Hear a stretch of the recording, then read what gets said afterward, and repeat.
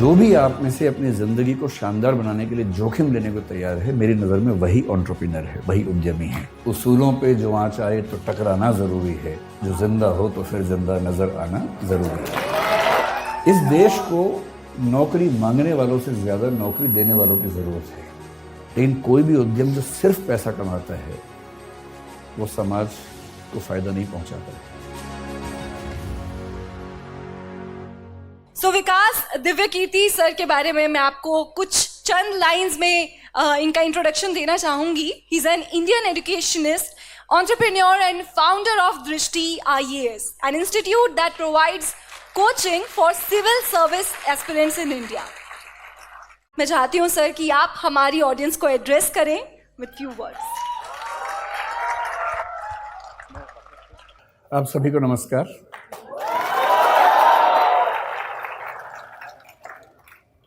सबसे पहले मैं श्री राम कॉलेज को बहुत धन्यवाद देना चाहूँगा कि आपने मुझे इस लायक समझा कि मैं यहाँ पर आऊँ और आप सबसे बात करूँ, और आपके सभी टीचर्स और जिन बच्चों ने मैनेज किया उन बच्चों की मेहनत और उन बच्चों की हिम्मत की मैं दाद दूंगा, क्योंकि जब उन्होंने पहली बार मुझसे बात की तो मैंने उनसे कहा कि मैं 12 से 14 तारीख को भारत में नहीं हूँ। मैं मिशिगन यूनिवर्सिटी और येल यूनिवर्सिटी के बुलावे पर अमेरिका गया हुआ था कुछ दिनों के लिए, और मुझे 15 की रात को यहाँ आना था। लेकिन वो बच्चे मुझसे मिलने आए, आधा एक घंटा उन्होंने अपने मार्केटिंग और उससे सारा ज्ञान मेरे ऊपर इस तरह से प्रयोग किया कि मुझे अंत में हार के कहना पड़ा कि ठीक है, मैं टिकट कैंसिल करवाता हूँ, जल्दी वापस आता हूँ और आपके सेशन में ज़रूर आऊँगा। तो जब उन बच्चों से मेरी बात हुई कि वो मुझसे क्या सुनना चाहते हैं, तो उनका भाव था कि बस आप आ जाइए। तो मैंने कहा फिर भी आप मुझसे क्या चाहते हैं, मैं क्या बोलूं? बोले आप जो टॉपिक चाहें बोल दीजिए। तो मैंने एक टॉपिक उनको भेजा कुछ, तो फिर उन्होंने 5 भेजे, जिसका भाव ये था कि आप जो बोलना चाह रहे हैं वो तो ठीक नहीं है, इनमें से कोई देख लीजिए।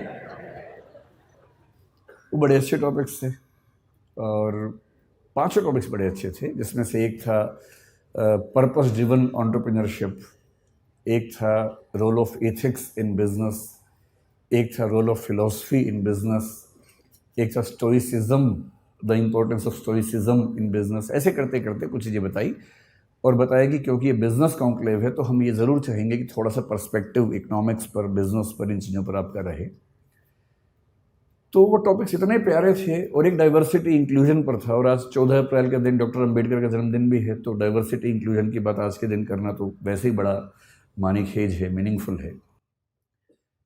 लेकिन मुझे इस बात का अंदाज़ा था कि जब हम फेस्टिवल के मूड में होते, जैसे अभी आप लोग हैं, बिजनेस कॉन्क्लेव है, सुबह से आप कई स्पीकर से सुन रहे हैं, और अभी आखिरी सेशन में ये भी होता है कि छूटे तो भागें, छुट्टी का टाइम होने वाला है। स्कूल में जैसे होता था ना कि जैसी टन टन टन बजता था वैसे ही लोग बैग उठा के भागते थे। आपने बैग अपने पैक कर लिए होंगे, उसमें बुक्स और बोतल पैक कर ली होगी, तो अब आप इस मूड में होंगे कि जल्दी ख़त्म हो तो मामला निपटे। आप लोग Shri Ram college of commerce में पढ़ते हैं, तो मेरे ख्याल से आपके सामने, क्योंकि देश का सबसे अच्छा कॉलेज कॉमर्स का माना ही जाता है, और माना ही किया जाता है ही, ऐसे थोड़ा माना जाता होगा।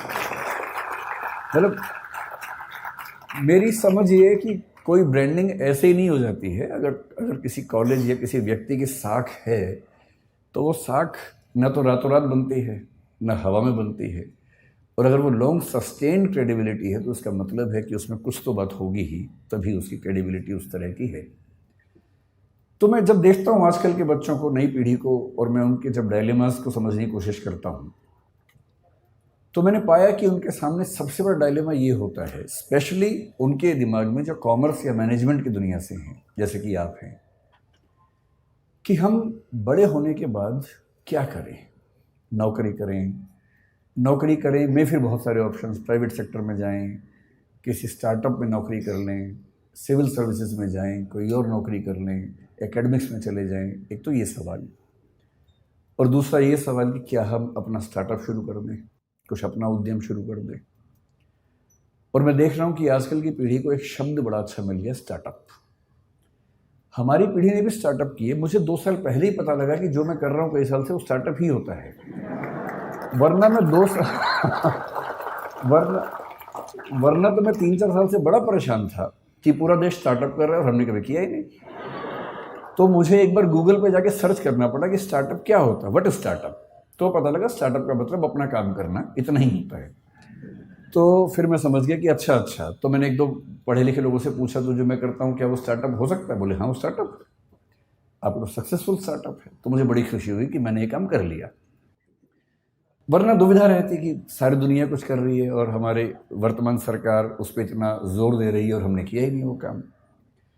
आप लोग संयोग से हमारे पूरे भारतीय इतिहास के उस दौर में हैं। मैं इस पे आता हूँ 2 मिनट के बाद, इस वाक्य को पूरा करूंगा। उससे पहले एक संकेत करता हूँ। हर देश में जो इकोसिस्टम है उसमें सपने अलग अलग होते हैं, और ये आपके सपने दरअसल आपके सपने होते नहीं हैं। आपके सपने आपके समाज के सपने होते हैं जो उसने आपके मन में बैठा दिए हैं। ऐसा संयोग नहीं है कि हमारे पास जो बच्चे आते हैं उनमें से बिहार, उत्तर प्रदेश, राजस्थान के बच्चे आमतौर पर सिविल सेवक बनने के मूड से ही आते हैं। और यदि मैं उनसे कहूँ कि कभी अपना स्टार्टअप सोच के देखो, तो उनके चेहरे पर ऐसा भाव आता है कि मैं क्या सोच रहा था और आप मुझे किस लायक समझ रहे हैं। क्योंकि उनको जो वैल्यू सिस्टम है जो सोसाइटी ने दिया है वो सिविल सर्वेंट बनने का ही है। उनके लिए उससे बड़ा कोई सपना है नहीं। लेकिन जब मैं गुजरात के लोगों से मिलता हूँ, विशेष रूप से मारवाड़ी या सिख समुदाय के लोगों से मिलता हूँ, तो उनसे नौकरी की बात कर रहा हूँ, हंसने लगते हैं कि नौकरी क्यों करेंगे, धंधो करेंगे, धंधो अपना काम करेंगे भाई, अपना ही उद्यम करेंगे। सारा खेल वैल्यू सिस्टम का है। हम उस समाज के लोग हैं जहां ज्यादा पैसा कमाने का सम्मान ज्यादा नहीं है। आप कितना ही पैसा कमा लें, लोग आपको सम्मान देंगे नहीं जब तक आप उससे बड़ा कुछ नहीं कर लेंगे। लेकिन कई देश ऐसे हैं, कई समाज ऐसे हैं जहां पर धनी होना, सफल उद्यमी होना अपने आप में एक सक्सेस की निशानी है। मैं एक एग्जाम्पल देके बात करता हूँ। मुझे एग्जाम्पल देने की बहुत बीमारी है, उसी से बात समझाना आसान भी लगता है मुझे। मैं अभी करीब 12-13 दिन अमेरिका में रहा। मैं 5 विश्वविद्यालयों में गया सिर्फ उनका सिस्टम समझने के लिए। उनमें से 2 में मुझे निमंत्रण था, 3 में मैं बिना बुलाए पहुंच गया कि मैं देखना चाहता हूं कि कैसे आप लोग काम करते हैं। तो वहाँ के कुछ स्टूडेंट्स, कुछ प्रोफेसर से परिचय था, तो उनके साथ मैंने पूरा विश्वविद्यालय देखा, समझा, कुछ बच्चों से मिला, उनके सपने पूछे, उनके पढ़ने का तरीका पूछा, प्रोफेसर से पढ़ाने का तरीका पूछा। पर्पज़ ये था कि कल को अगर मैं कोई विश्वविद्यालय शुरू करूं, जो कि मेरा एक सपना है, तो मेरे पास एक टेम्पलेट हो या कई टेम्पलेट्स हों कि एक अच्छा विश्वविद्यालय कैसा होता है और बच्चों की पूरी ग्रूमिंग का तरीका क्या होना चाहिए। तो उन्होंने सब मुझे बताया। मैंने वहाँ जो बिजनेस पढ़ रहे थे, 1-2 बच्चे जिन्होंने बिजनेस स्टडीज़ पढ़ा हुआ था मास्टर्स लेवल पर या ग्रेजुएशन लेवल पर, और मैं अच्छे यूनिवर्सिटी की बात कर रहा हूँ, मैं यूटी ऑस्टिन की बात कर रहा हूँ, मैं मिशिगन यूनिवर्सिटी के रॉस स्कूल की बात कर रहा हूँ, मैं कोलंबिया यूनिवर्सिटी की बात कर रहा हूँ, इनकी बात कर रहा हूँ जहाँ पर पढ़ना किसी के लिए बहुत बड़ा सपना हो सकता है। वहाँ जिन लोगों ने बिजनेस स्टडीज़ की पढ़ाई की, उनसे मैंने खूब बातें की, 1-2 घंटे बात की, और अंत में एक कठोर सवाल पूछा। मैंने कहा 2 बातें बताना सीधे सीधे। एक तो ये कि यहाँ से पढ़ने के बाद क्या पैकेज मिलेगा तुम्हें। वो थोड़ा चौंक जाते थे कि कितना सीधा सवाल पूछ लिया। मैंने कहा इसीलिए पूछ रहा हूँ कि मुझे पता तो हो कि यहाँ आप आए तो उसका फ़ायदा है कि नहीं है। तो उनमें से कुछ ने, मैं स्पेसिफिक नहीं आऊँगा क्योंकि उनकी प्राइवेसी का मामला भी है, 1-2 लोग जो मास्टर्स में काफ़ी अच्छे लेवल पर थे, पूरी स्कॉलरशिप पर गए हुए थे, उन्होंने बताया कि सर हमने जो यहाँ खर्च किया है, मतलब जो बिना फेलोशिप वाले लोग खर्च करते हैं, वो करीब भारतीय करेंसी में 1.5 से 2 करोड़ रुपए के बीच का खर्चा हो जाता है 2 साल की पढ़ाई करने का। स्कॉलरशिप है तो अलग बात है, नहीं तो इतना खर्चा हो जाता है। तो मैंने कहा उसके बाद होगा क्या? बोले सर हम जो डिग्री कर रहे हैं ना उसकी वैल्यू बहुत ज़्यादा है, तो जब हम उतरेंगे बाज़ार में तो हम मान के चलते हैं कि हमें 1-8 साल के अंदर अंदर 2 लाख USD का एनुअल पैकेज मिल जाएगा, जिसका मतलब वही 1.5 से 1.6 CR के आसपास का पैकेज मिल जाएगा। और हमारे खर्चे हैं, लोन है थोड़ा थोड़ा, वो सब हम 3 साल में चुका देंगे, क्योंकि खर्चा भी वहाँ ज़्यादा होता है, लेकिन हम साल में 60-70 लाख रुपए बचा लेंगे, 3 साल में सारा लोन चुका देंगे, तो 2 साल की पढ़ाई का बोझ 3 साल में उतरेगा। उसके बाद हम लगभग $2 लाख हर साल कमाएंगे और लगभग $1 लाख साल का बचा लेंगे, जो कि भारत के हिसाब से काफ़ी ज़्यादा आय का मामला है। तो वैसे हम बहुत खुश यहाँ नहीं हैं क्योंकि सोशल लाइफ वैसी नहीं है हमारी, but still financially we will be so good that we can be happy on that ground. तो मैं उनसे बहुत प्रभावित हुआ। मैंने कहा वाह क्या बात है, आप खूब सफल हों, अच्छे उद्यम करें, और जैसे से आगे बढ़ेंगे फिर तो पता नहीं क्या होने वाला है। बाद में 2 लाख से बढ़ के 2.25 होगा, 2.5 होगा। मैंने कहा सीधे बताओ कि 20 साल बाद कितना होगा। काफ़ी सोच के बोले कि सर जो 2-3% लोग हैं सबसे शानदार, वो 20 साल बाद शायद $3 लाख के आसपास भी आ जाएंगे, 2.5 करोड़ कमा लेंगे। मैं बड़ा खुश हुआ। मैंने कहा चलो भारत का हर बच्चा वहाँ जाके करोड़पति हो जाए, इससे बड़ी खुशी की क्या बात है। सारा मैं खर्च तो ना करेगा, यहाँ भी तो भेजेगा वापस करके। तो रेमिटेंसेस हमारे पास आएंगी तो हम इस बात से खुश हो सकते हैं। फिर कल मैं न्यूयॉर्क में था, तो वहाँ से जब मैंने टैक्सी पकड़ी JF कैनेडी एयरपोर्ट के लिए, तो मेरी आदत है कि मैं जब टैक्सी में जाता हूँ तो जो टैक्सी ड्राइवर है उससे खूब गप्पे मारता हूँ आधा एक घंटा। वो पक जाता है मुझसे बात करते करते। तो मैंने उसको पकड़ लिया। ये जो बच्चा था, अच्छा अमेरिका में टैक्सी चलाने वाला आपको अमेरिकन तो आमतौर पर नहीं मिलेगा, 10 में से 1 मिलेगा, बाकी 9 विदेशों के लोग मिलेंगे जो ग्रीन कार्ड पे हैं या वर्क वीज़ा पे हैं और अपनी रोजी रोटी वहाँ कमा रहे हैं। लेबनान के मिलेंगे, कुवैत के मिलेंगे, और जो मुझे कल मिला ताजिकिस्तान का सॉरी मिला। प्यारा सा बच्चा था। मैंने उससे उसका नाम पूछा, अच्छा सा नाम था पर मुझे याद नहीं है क्योंकि नाम कुछ अलग किस्म का था। अगर आपको बहुत शौक है तो मैंने नाम नोट कर लिया था, मैं नोट कर लेता हूँ खटाक से, ताकि मैं बाद में केस स्टडी की तरह उसे कहीं कोट कर सकूं, क्योंकि मेरा काम ही ये है कोट करना जगह जगह जाके। तो मैंने एक नोट बना रखा है, टेकअवेज ऑफ USA ट्रिप 2023। उसमें जो आखिरी स्टडी है वो है टैक्सी टू JFK एयरपोर्ट। उसका नाम था गाई राटी। 23 साल का बच्चा था, ताजिकिस्तान से।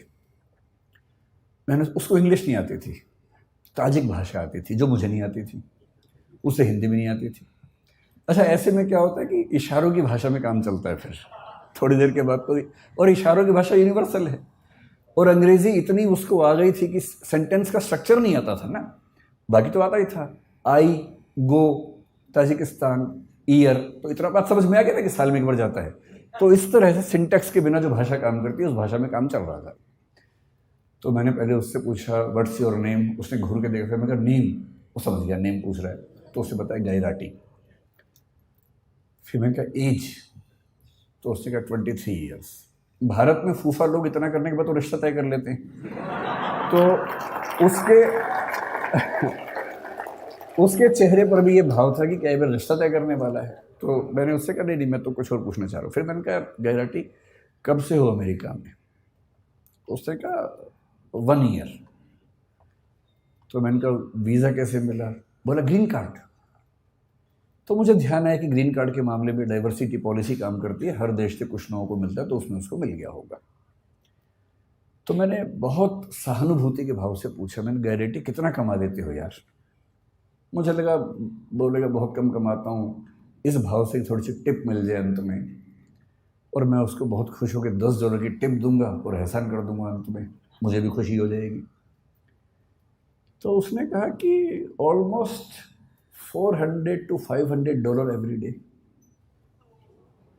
अच्छा भारत का आदमी सीधे 80 से गुणा करता है वहाँ जाके, जो भी फिगर सुनता है खटाक से गुणा करता है। मैं घबरा गया, भाई ये तो बहुत ज़्यादा कमा लेता है, इसका मतलब तो बहुत ही ज़्यादा कमा लेता है। मैंने कहा अच्छा। फिर मैंने कहा how many days in a week you work? क्योंकि वहाँ सब 5 दिन काम करें, 2 दिन मस्ती करते हैं। बोले ऑल 7 डेज, क्योंकि मस्ती तो वहाँ के लोग करते हैं ना, बाहर से जाते हो तो भविष्य में मस्ती करने के मूड में होते हैं, अभी मेहनत करते हैं। फिर वो समझ गया कि ये मेरी इनकम काउंट करना चाह रहा है, तो उसने खुद ही बोला on average I earn $12,000 to $14,000 per month. फिर मैंने 80 से गुणा कर दिया खटाक से, तो मैं समझ गया कि ये महीने के 10 से 12 लाख कमा लेता है। तो मैंने उससे फिर पूछा दिस इज योर रेवेन्यू और दिस इज योर सेविंग? भाई आप तो कॉमर्स के लोग जानते हैं, रेवेन्यू अलग है, सेविंग अलग है। नेट इनकम है कि ग्रॉस इनकम है, उसी में सारा खेल हो जाता है। और वैल्यूएशन की दुनिया इसी खेल पे चल रही है कि कुछ का कुछ बोल के वैल्यूएशन करवा लेना है। तो उसने कहा दिस इज माई सेविंग।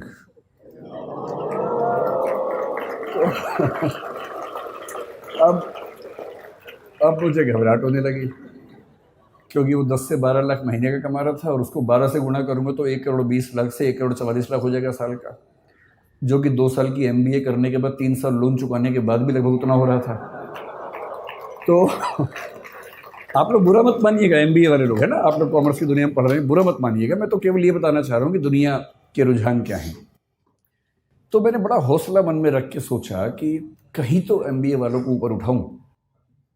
तो मैंने कहा लेकिन तुम्हारी इनकम आगे बढ़ेगी नहीं इससे ज़्यादा, you have a stable income, but if you had been in service you would have grown faster, you would have got increments every year. मतलब ये बात समझाने में 1 घंटा लग गया, तोड़ के सेंटेंस बोलने पड़ रहे थे।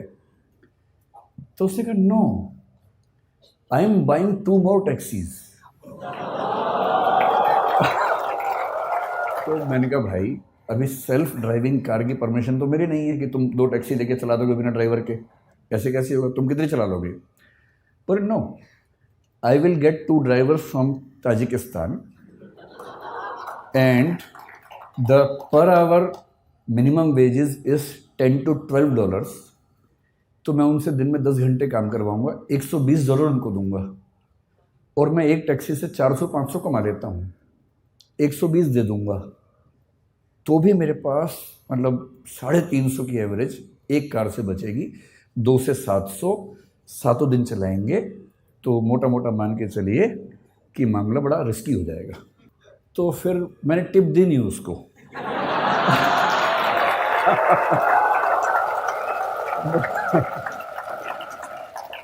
मुझे चिंता थी कि जब मैं उतरूंगा कहीं वो मुझे टिप ना दे दे थोड़ी सी कि भाई आपने इतना पूछा, थोड़ा आप चिंतित हो गए होंगे, अगर आपको टिप चाहिए हो तो आप ले सकते हैं। और मज़े की बात क्या बोला, साथ में पढ़ाई भी करता है वो, इस सब के साथ साथ वो ऑनलाइन या हाइब्रिड करके कुछ पढ़ाई भी करता है साथ साथ। तो मुझे लगा कि श्रीराम कॉलेज ऑफ कॉमर्स के लिए सही केस स्टडी मिल गई मुझे, क्योंकि यहाँ बिजनेस कॉन्क्लेव में तो ऐसी बात करनी चाहिए। तो मैं अपनी बात को केवल 10 मिनट में सार इस एनेक्डोट के माध्यम से समझाना चाह रहा हूँ। आप लोग अभी युवा हैं, जिंदा हैं और सपने देखते हैं। जिंदा होने का मतलब वो नहीं होता है ना, जिंदा होने का मतलब होता है जो जिंदा हो तो फिर जिंदा नज़र आना ज़रूरी है, ये मतलब होता है।